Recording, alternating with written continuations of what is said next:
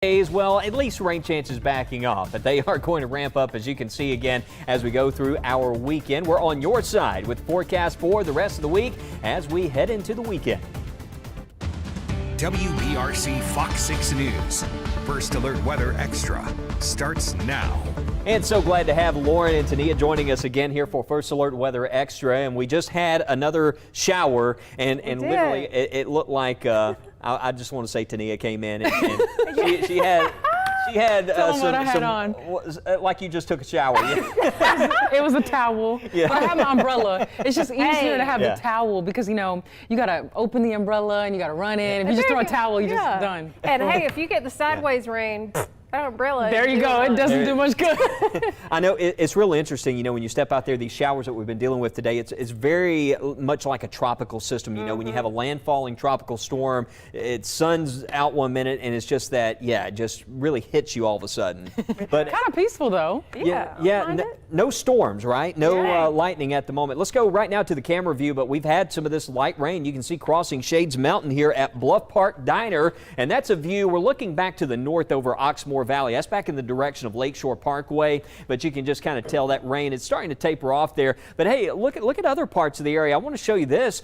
We go over to places like, well, there's Bessemer. The rain has tapered off, but I was noticing in East Alabama, a little bit of sunshine breaking through here at Jacksonville State University right now at 78 degrees. So not too bad there. I mean, I know it's really humid outside, but at least we're enjoying a nice little break at the moment. But you can just look at the road there and tell all the rain we've had, everything, especially the ground's kind of damp. If you want to do some mowing, still probably not the best time. That ground's still kind of wet out there for a lot of us this evening. But looking ahead, the overnight, you can see this coverage of rain has really backed off, very spotty. There is some more rain, though, back in the Mississippi. You see all this. This is going to be moving to the east this evening, so there will be some more showers in the forecast, but still kind of scattered.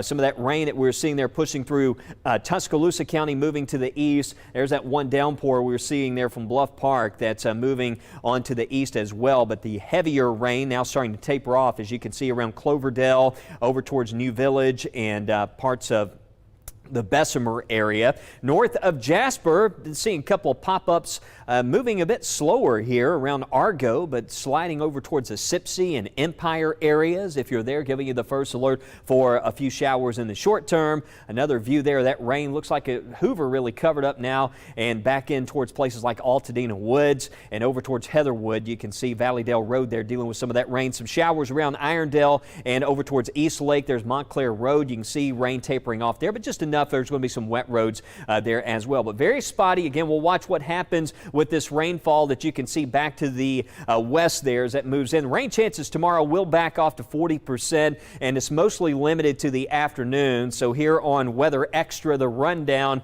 rain chances decreasing for Friday and into Saturday. Will we see storms tomorrow? Still a possibility, mostly during the afternoon, but again, that 40% chance going into tomorrow evening, those chances will back off, and we'll see the storm chances increasing again over the weekend, especially by Sunday. We'll talk more about your weekend and the 7-day coming up. Well, Wes, from satellites orbiting the Earth to Doppler radar here on the surface, weather data is essential to giving you the most accurate first alert forecast. But did you know even a tool as unassuming as a simple balloon has its place in the great weather data collecting landscape? I traveled to the Birmingham National Weather Service a couple of weeks ago to learn more about how weather balloons are taking forecasting to new heights. From temperature, moisture, wind speed, and direction, weather balloons measure the many changing variables of our fluid atmosphere. We are interested in ground conditions, obviously, but also what the atmosphere is doing well above our heads. And this can help us gauge what weather systems may do. Are they going to strengthen, weaken, which way they may move? And that gives us a current snapshot of what the atmosphere looks like from the ground to many thousands of feet above our head. Weather balloon launches typically occur twice a day, but in the case of a looming severe or tropical threat, Gerald Satterwhite, a meteorologist with the National Weather Service in Birmingham, says they can send up balloons more frequently in 6-hour increments. We may be looking at how much instability there is in the atmosphere, how much wind shear. So we're kind of getting the idea if storms do develop, what is the likelihood for them to produce large hail, damaging winds, or tornadoes. But we didn't drive all the way down to Calera just to talk about weather balloons. Let's see the science 3, 2, 1. in action. It's gone. As the weather balloon goes up, up, and away, how does all that data get back to Earth?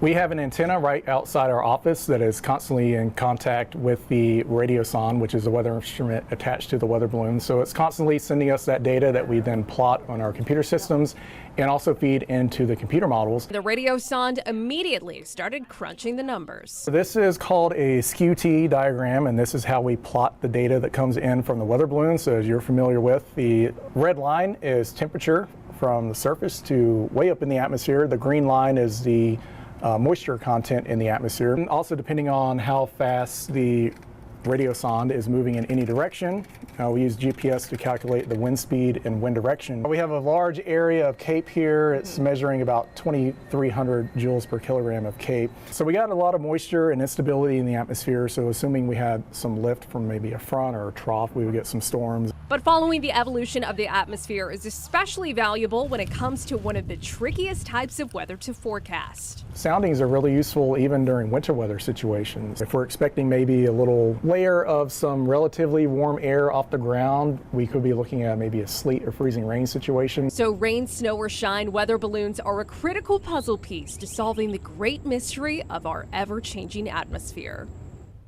But the balloons just don't blast off to space. Once they reach about 100,000 feet above the surface, which casually, for perspective, is almost 19 miles up, the balloon pops and parachutes back down to Earth. Satterwhite says in the summertime, when light winds are in place overhead, the balloon may land 20 to 30 miles away. But during the winter, with stronger winds aloft, the balloon could travel as far as Georgia or South Carolina. Tania? Well, Lauren, wildfires continue across the West as a massive wildfire continues to grow in parts of California. A man arrested in California suspected of starting this massive wildfire north of Sacramento. The park fire burning more than 71,000 acres as of earlier this afternoon. It broke out Wednesday and exploded into size by early Thursday. More than 24 neighborhoods or zones in that county and in one of the other counties have been evacuated. Fire officials say fire is just 3% contained. And in Nevada, the Gold Complex fire burning over 3,000 acres as of today, starting off as four individual fires. They started by dry lightning strikes on Monday. Even though it's currently 5% contained, Pluma's National Forest says that continued hot weather conditions may make it difficult to maintain those fire lines. According to two news stations in Nevada, the Forecast Service anticipates the complex to be fully contained on August 20th. And if you look behind me, you can see here across the Pacific Northwest, in areas that you see that green on the screen, well, they're just showing you the amount of mid-level moisture that's aiding in storm development that can hopefully bring down and quiet down those fires that we're seeing in that area. But notice dry thunderstorms can actually spark more fires across our far western states across the nation. Lauren? Well, Tania, we brought you the story yesterday of Typhoon Kami as it made landfall in Taiwan. And today, close to 280 people were injured, and there were at least 2 fatalities in the aftermath. This according to Taiwan's Central Emergency Operations Center. As meteorologist Matt Daniel mentioned on Weather Extra yesterday, it made landfall in Taiwan early Thursday morning. It brought heavy rains and winds up to 125 miles per hour, which is equal to a Category 3 hurricane in the Atlantic. And several more hours of torrential rainfall are expected for the island, even as the storm moves towards China. And coming up on First Alert Weather Extra, we take a further look at those rain chances as we head into the weekend. We'll be right back in 30 seconds.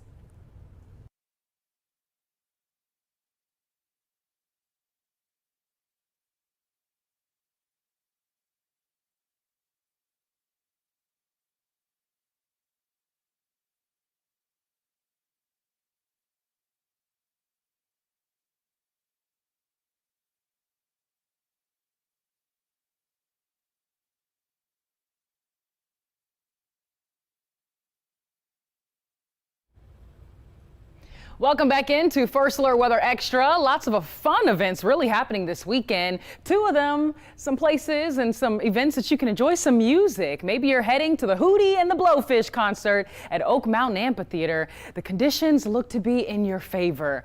Lots of sunshine, at least as we bring in the early evening hours. But then as we see the sun setting, we'll hold on to partly cloudy skies. The big story are those limited rain chances, only holding about a 20% chance. Temperatures around 8 p.m. if you're heading to see the concert.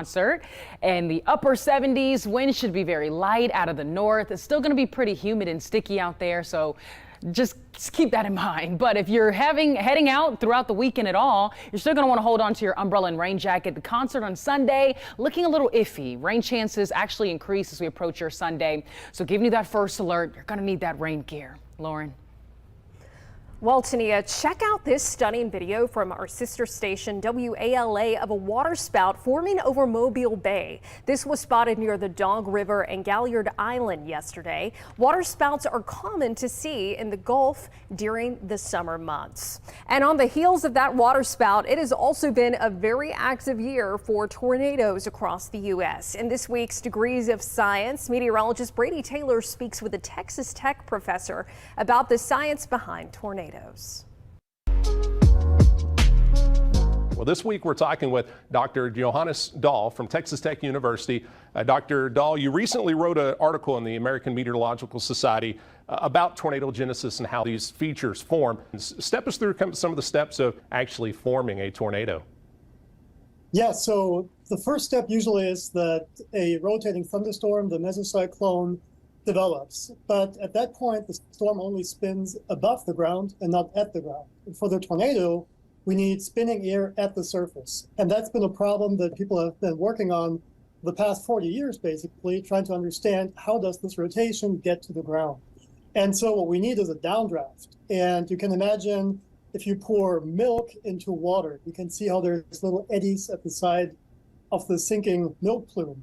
And in thunderstorms, something similar happens. We have air sinking. That's the air that contains all the rain and the hail.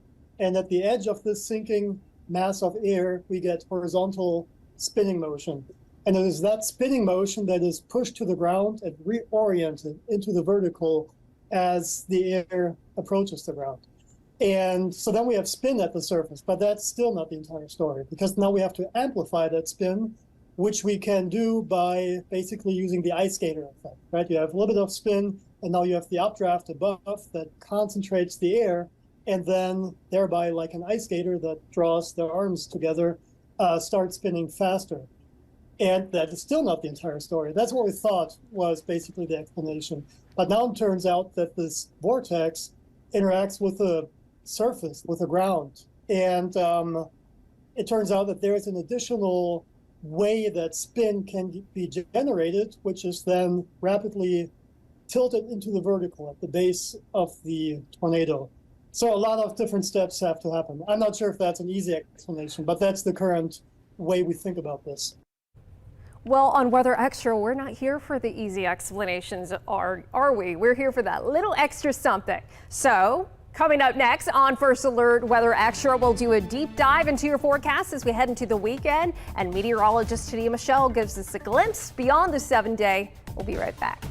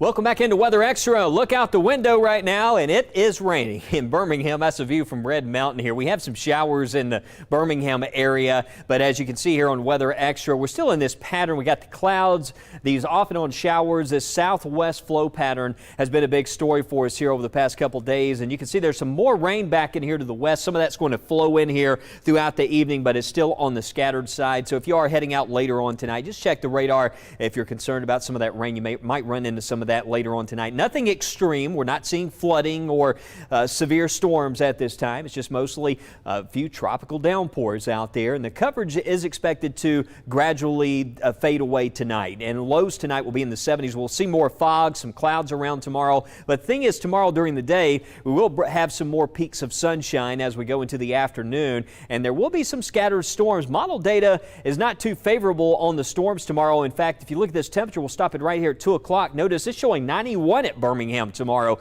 So some of the data coming in hotter. It's certainly going to feel hotter because the muggy air, it is going nowhere. So with this heat, the humidity, and the afternoon warmth, there's still going to be some pop-ups, but not as widespread. So just keep an eye out tomorrow late in the day for a few lightning producers. We'll do this again on Saturday. Rain chances next couple days back off to around 40%, but then they'll start to go up again for the weekend. We're talking about some of the concerts. If you have Friday night plans out there, again, you can see the rain chances will be dropping off to around 20%. But what we're watching here, the next change that could impact the forecast is an upper level ridge that is centered to the south of us, and it's already starting to build a bit further north. I mean, in the low levels, we got a lot of warmth, we got a lot of moisture, so we have a lot of the ingredients for thunderstorms. But with this ridge strengthening, you get a little bit of subsidence in the atmosphere. It's like putting a lid on the atmosphere, so as these storms try to bubble up, it helps to limit the coverage. And I think tomorrow this takes hold more of a factor as we go into the day on Saturday as well. You see that ridge really builds in here across Alabama,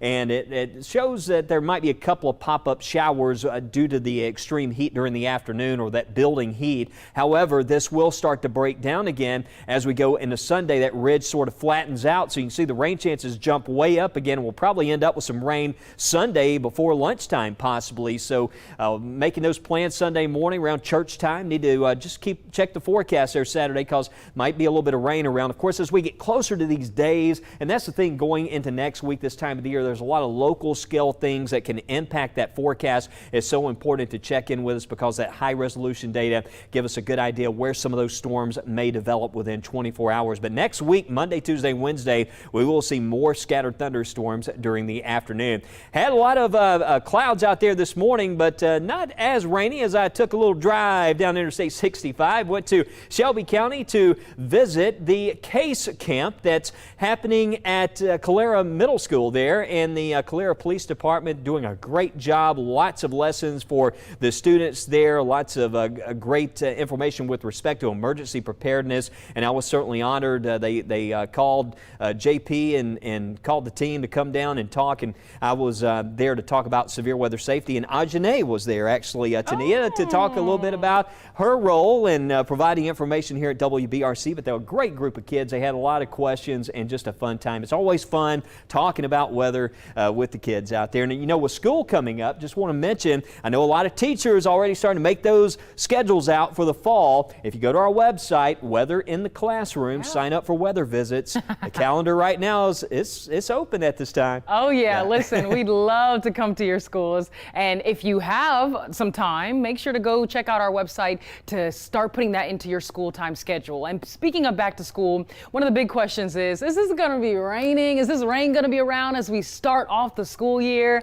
Well, it's not looking too good. As we look beyond the 7-day just before most classes are starting, this is closer to the very, very beginning of August. So July 31st through August 4th, still could be seeing above average rainfall across the southeast, including us here across central Alabama. So if you're planning back to school and you're starting to get your kids some items, make sure to get them that umbrella and that handy dandy rain jacket so they can be prepared for any rain showers or thunderstorms as we move into the start of August. As we look at our 6 to 10 day temperature outlook, they're also going to want to have some shorts because it's going to probably be hot hot. Above average temperatures are expected as we end out this month and head into the start of August. But if you can't sleep without the air or fan blasting like me, it turns out there's a scientific reason why. Fox's Brian Webb has more on what conditions are the best for sleeping and why the warm summer nights are not it. Sleep is a battle between cortisol that keeps you up and melatonin that makes you sleep. And a sleep expert told me today that melatonin needs a couple of things to help it win: darkness and coolness. Good pillows, sheets, and blankets, sure, but that's just the first layer of getting a good night's sleep. Some type of bedding that has weight to it, but it's not like hot. Cotton sheets are like a must.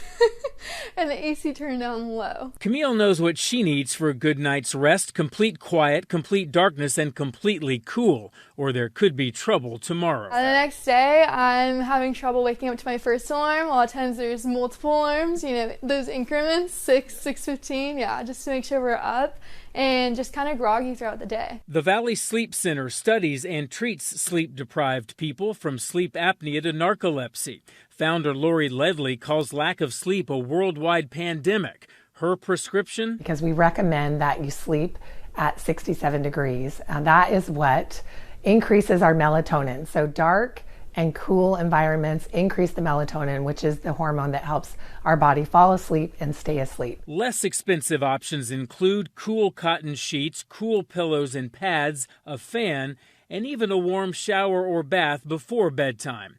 And think of turning off your brain like plugging in your phone. Our brain is our energy source for our entire physiological body. It's what gets us through the day. And so if it's not plugged in all night to a full charge, we're going to struggle throughout the day. Camille already knows how to get into her sleep zone. Now if she can just stop her boyfriend from snoring. If I don't get good sleep, I'm not waking up to go work out in the morning a lot of times. I'll push that off to the evening, and when you push it off, you don't end up doing it. So it's just good to have healthy rhythms and routines, and sleep is like the key factor in keeping those. Lori tells me lack of sleep can lead to irritability, anxiety, and depression, all the way up to heart problems and even cancer. In Phoenix, Brian Webb, Fox 10 News. And sleep, yes, is so important. So we'll be right back. I'm actually going to go catch a quick nap, but don't go anywhere. When we come back, we're going to be waking up to show you some of those viewer pictures. You're watching First Alert Weather Extra.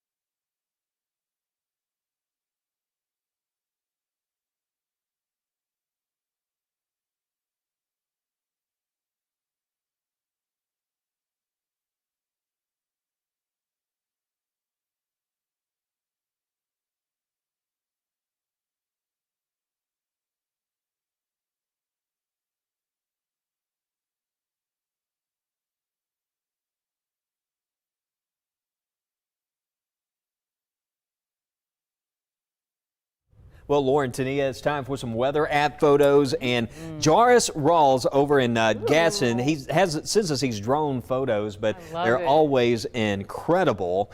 And I believe this is Mr. Pritchett, right? Yeah, thanks, Stephen, for sending that in. Hayden looking good with that gorgeous sunset. I love it. Got the pinks, got the glows going on, and how about the glow over Pensacola Bay? Ooh, sunrise from Billy Dunn. Top notch. I believe Pensacola Bay is parked here in Birmingham right now because it is so humid. Oh, yeah, and look at that. With beautiful Lake Martin. Caught the lightning strike. Cloudy ground lightning strike, though. You certainly want to be off the water. Thunder roars go indoors. Yeah, Hey, we'll see you back here tonight at 9.